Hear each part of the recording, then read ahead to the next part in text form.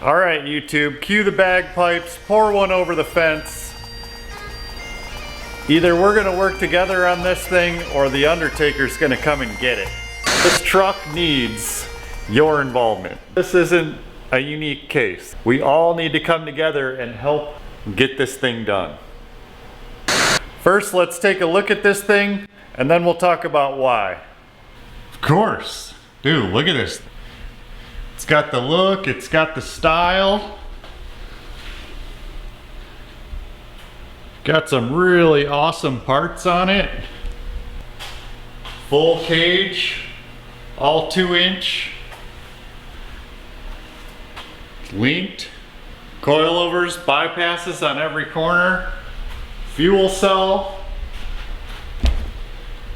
Curry 9-inch rear end. With an old school wishbone setup on it. But yeah, really nice stuff all around. The cab itself has been cut and plated to kind of accept bigger tires. Wants to run as big as possible. These are 37s at the minimum. 39 would be good. 40 is even better. That's the new modern standard. All these beams are all new, so nothing's tight. Gonna accept Wildwood 6-piston calipers. Already has Wildwood in the back. It probably deserves an episode of its own on what all these links are to get that steering to work correctly and the whoops and why. As we get into that, let's make sure we film that because that's something very cool how to set all that up. Underneath I start peeking in these holes and it's like, oh man, what is this? We have so much to do.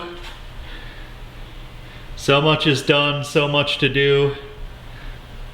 Big hubs, big wheel studs, beautiful wheels.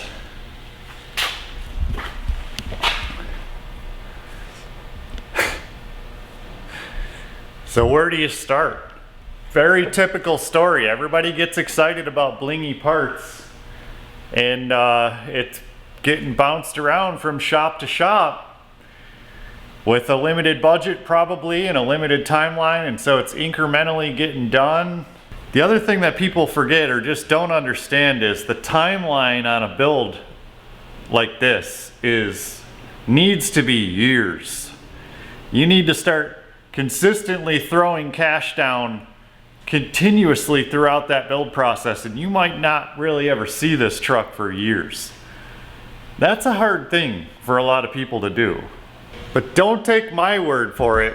Through the magic of editing, I went to a professional truck builder, Kibbetech, one of the best. Pulled a lot of the footage from one of his trucks, crunched it into a 3-minute segment, and then I put the date of when they posted that video in the bottom corner. And pay attention, I count 4 years minimum for one of their builds. And not only was it 4 years, that was with an already designed laser cut cage. They've got a healthy, quick supply chain because they're doing these trucks over and over again. They have engine guys, they're not tuning anything. How could anybody have the expectation that anybody else is gonna do that faster? With that said, enjoy the next 3 minutes. If you hear this noise, pay particular attention. Let's watch some TV. Damn it, everything on TV sucks. Ryan here at Kibbetech. We're back again. We're going to show you what we got going on in the shop. Today we're working on our new laser cut CNC bent roll cages. We have a 2007 to 2013 four-door Chevy 1500. Basically comes to us on pallets. This is the whole set for this truck. So we got the cage all prepped, ready for this one. But all the main stuff, all the main cage and all that is CNC laser cut and bent. So I didn't want to build each one by hand and just build the same thing over and over by hand. So that's why we took the extra time and laser cut it. Today he's working on the B pillars and the C pillars, getting those all landed. What are your thoughts on it so far? Oh, I love it. My wife hasn't seen this truck in 2 years. And the day I bring it home, I'm sure I gotta buy her a new Mercedes. Right, back here on the Chrome Truck, you see the interior's taking a pretty good shape. We got the tilt column in, Fiberworks dash is all mounted, B&M ratchet shifter. Center console is all done, minus all the accessories and cup holders. End of today or tomorrow, we're gonna probably pull this cab off. Just a bunch of tedious little tabs and brackets to add in on the inside and send it off to get powder coated. We got the cab pulled off. You can see all the different points where it bolts onto the chassis. I think I counted up like 40 different bolts. Here's the chassis. You can see a bunch of shiny stuff going on down here. Stainless exhaust, all ceramic coated. Skid plates are polished on inside and outside. Polished ARP 12 points on headers, bell housing, motor mount bolts. Lots of detail on this one. With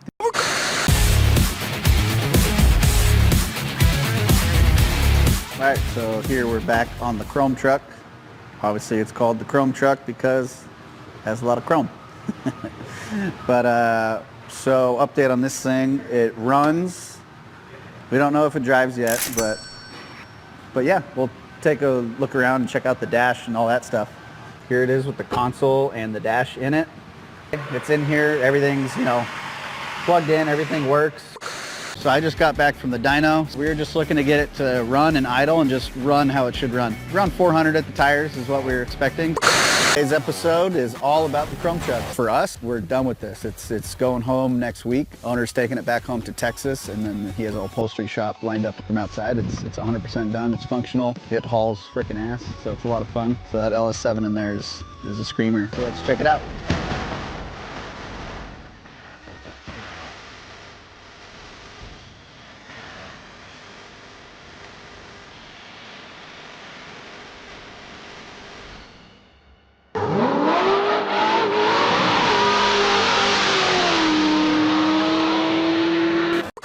How crazy is that? I love that channel. Of course, all the links to those full videos are in the description. Do yourself a favor and go familiarize yourself with that channel. It is a wealth of information. It's amazing.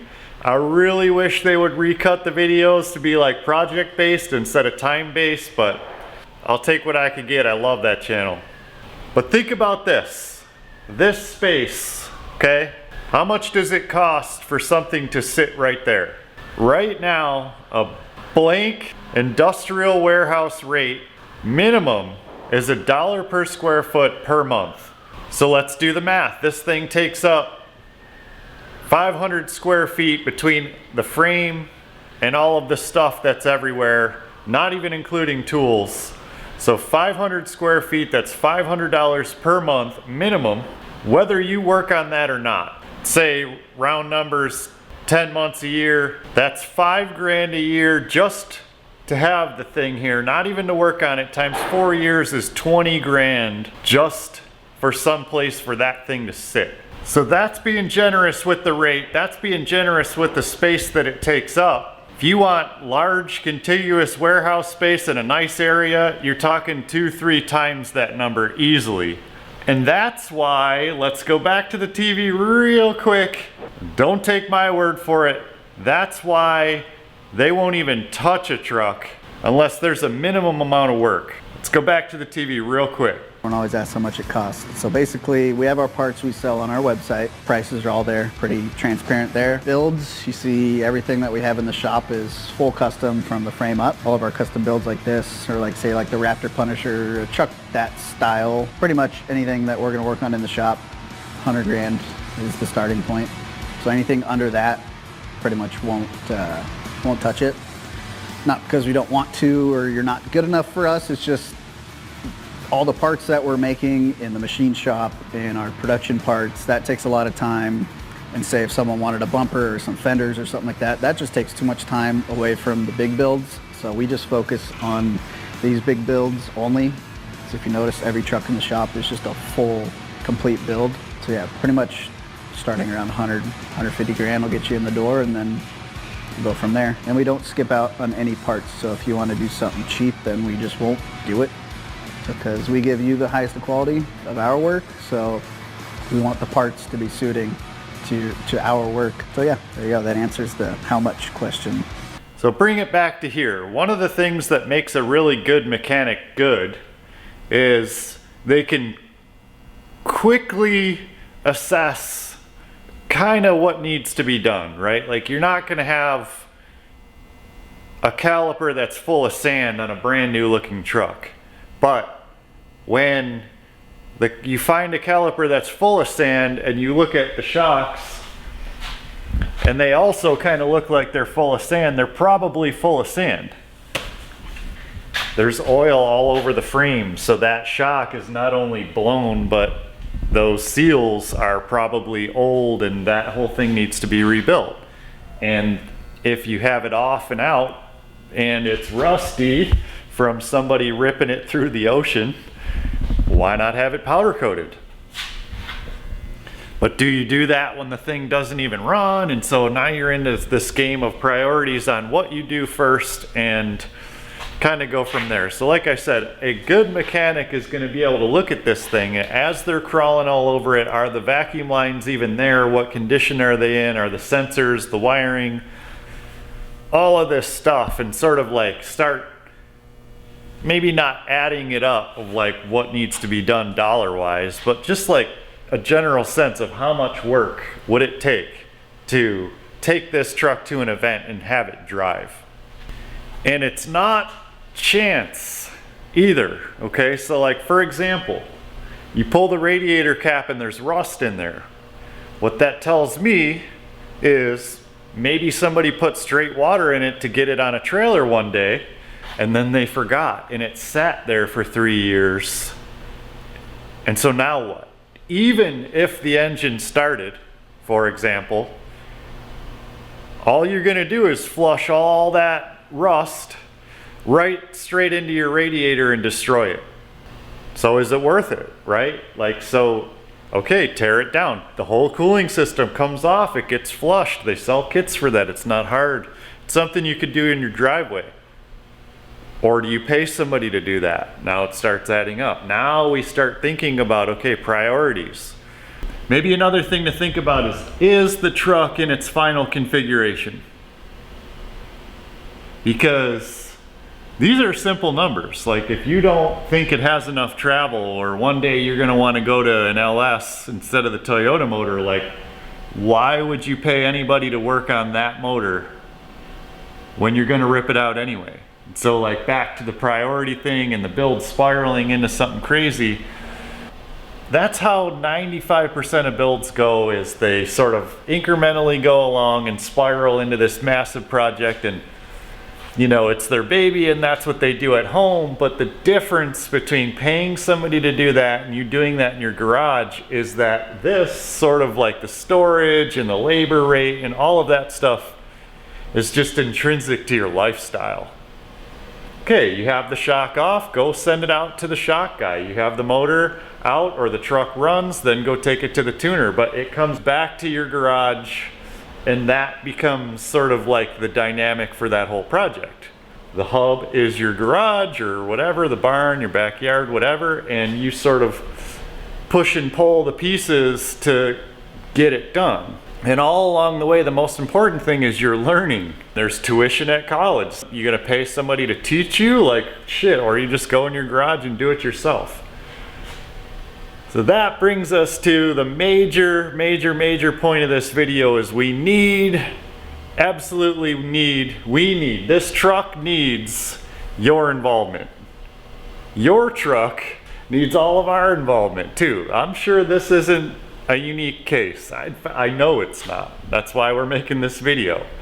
We all need to come together and help get this thing done. And so here we are, back to where it all started. Season 1, episode 1, when we were sitting in an empty shop wondering how this was going to go down and what was going to materialize from it. I can't tell you how many friends we've made along the way. It is absolutely mind-blowing how many people we've met along the way, how many relationships we've forged, the things that we've learned, the partners that are on board with us. It blows my mind every minute of every day. I'm so grateful that we get to have this space for everybody to come in and weigh in and contribute in some way. It's time that we open that up to everybody. Stop by, get involved, reach out, we can put you in touch with the owner of that truck, lay it in the driveway and stare up at it and figure out how all those links work and how to tune them. And we're going to be right there with you filming. It's so important to have people that ask questions because those are the questions that go into the videos. That's what this is. We're trying to give back to the community. So if you're not local or you don't have time, you can go to the website. There's now a membership tab where you can go through, and there's different ways to be involved and contribute even if you can't be here. Every little bit counts. There's going to be a couple different ways. You could either contribute to a specific project. If you want to accelerate that, you can contribute to events. And there's a third kind of interesting piece with charities that you'll be able to donate directly to our charity fund. I'll do a whole nother episode on that, but it's basically a way to pay it forward. So this is going to be the mechanism for everybody to reach out, ask very specific questions. I get so many questions online about all my trucks, about specific things. I comment on other people's videos of problems that I've come across and solved all the time. This is a mechanism to really accelerate that. That website allows other people to moderate and be involved behind the scenes. It's a massive door that I can't wait to open. Well, there you have it. We all have stuff to do. Don't forget to like and subscribe. It's late on a weekend. I gotta get out of here. We'll catch you on the next one.